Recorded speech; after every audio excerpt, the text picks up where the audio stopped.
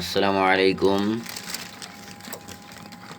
European giant কটনিক্স, যা বাংলাদেশে গত 1 বছর যাবৎ বেশ আলোড়ন তুলছে। এর প্রধান বৈশিষ্ট্য হচ্ছে এটা 45 দিনে 450 থেকে 500 গ্রামের ভিতর ওয়েট হয়ে থাকে এবং 45 দিন থেকে ডিম উৎপাদন শুরু হয়। এর আর একটা প্রধান বৈশিষ্ট্য হচ্ছে এটা উঠতে পারে না, অন্যান্য কোয়েল পাখির মতো এটা উঠতে পারে না, এটা ছেড়ে দিয়ে পালন করা যায়। আমার ইউরোপিয়ান জায়ান্ট কটনিক্সের এই প্রথম ইনকিউবেটর থেকে বেরোনো বাচ্চা।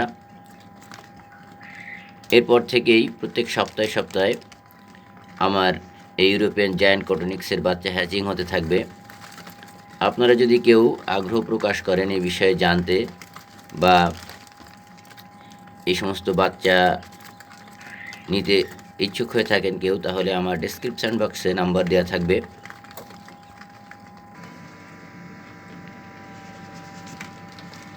এটা হলো ইউরোপিয়ান জায়ান্ট কটনিক্সের ডিম। এখান থেকেই প্রত্যেক সপ্তাহে বাচ্চা বের হয়। এই ডিম সাধারণ কোয়েলের থেকে তুলনামূলক একটু বড় হয়ে থাকে এবং বাচ্চার সাইজ একটু বড় হয়ে থাকে। এই ডিম ওই কোয়েল পাখির মতোই, এর সব বৈশিষ্ট্য এরকমেরই। তবে যারা মাংস উৎপাদনের জন্য এই কোয়েল পাখি নিতে ইচ্ছুক, তাদের জন্য এই পাখিটাই আমি বেশি সাজেস্ট করব।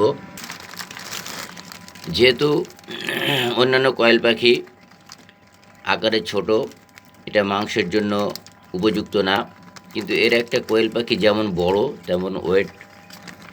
এটা একটা পরিবারের মাংসের চাহিদা পূরণের জন্য এটা খুবই উপযোগী।